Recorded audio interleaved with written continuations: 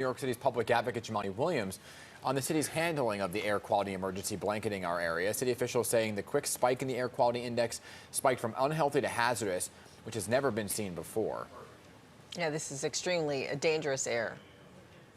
Take a listen. This is extremely dangerous air outside. This is an environment where we are recommending every single New Yorker, if they don't have to, stay indoors. That's a very strong recommendation. And for us to make that recommendation, the quality of the air must be extremely poor. What is the result of that?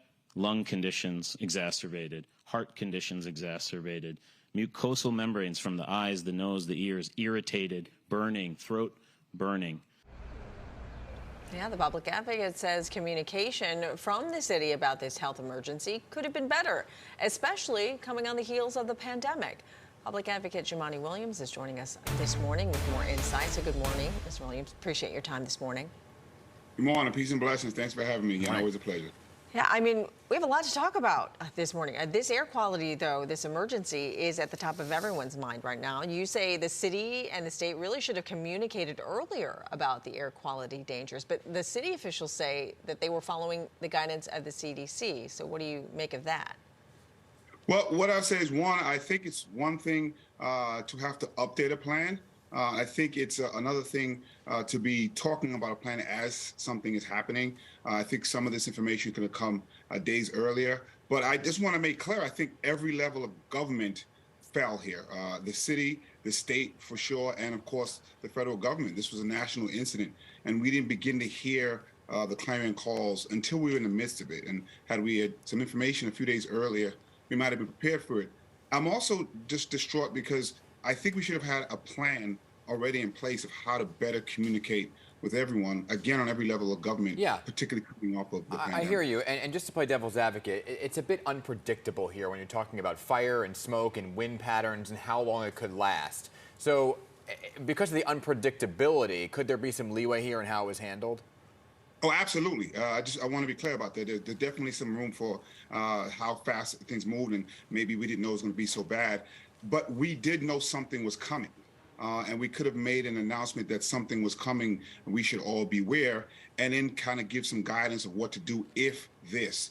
But we started talking about that as it got as bad as it is, and that's why I said it's one thing to update. It's another thing to start making a plan as it's going on. Yeah, I mean, you saw Mayor Adams yesterday going door to door in NYC handing out masks. And today the state is providing 400,000 masks to be handed out in New York City. But again, like you're saying, it's while it's happening. And do you feel like maybe it's just a bit of optics?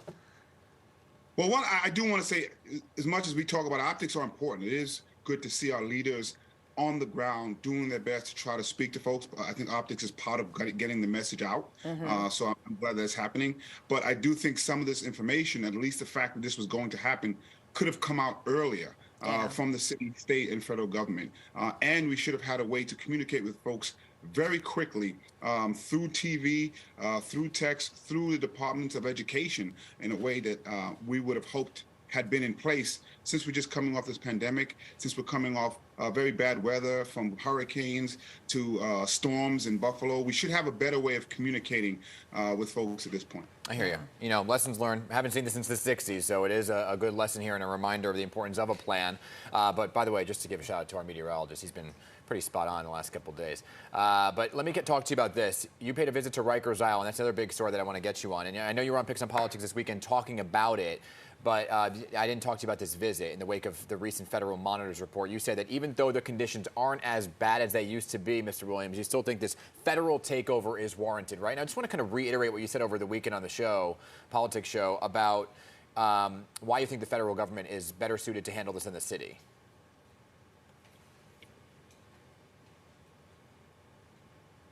Can you hear me? Yes. Did you hear the question?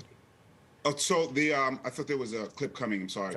But no, what we know right now is that there have been a record number of deaths in the past year and a half.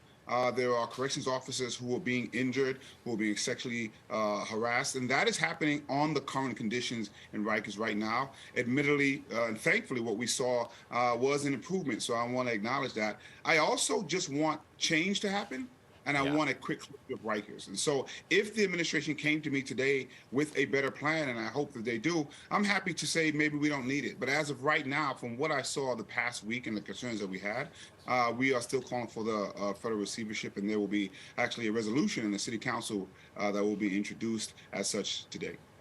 So what do you make of Rikers Island not notifying the public anymore or the media when an inmate dies? I mean, the correction officials are saying they're still following protocol, but is there a checks and balances in place to make sure the inmate deaths aren't being underreported? This is part of the concern of a confluence of things that happened in the past week, not just the report, but in response to the report, there was a change in how they were communicating deaths, which I believe was the wrong response and caused some concerns of transparency that had us go there.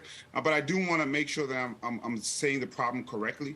From my understanding is that they will still give the information, but it seems to be an opt-in. And many people may not even know that they need to opt in. Maybe a what? I'm sorry. An opt-in. They're saying that reporters can opt in and say that they want the information. I see. And my point of view is there's no need to change anything at this moment in time, and to have it change in response to a damning report doesn't bode well for what people are talking about when it comes to transparency and accountability. And so the question is, why are we changing this right now? Yeah, I mean, that goes back to the point Hazel made about optics, right? Optics are a thing here when it comes to those reporting of the numbers.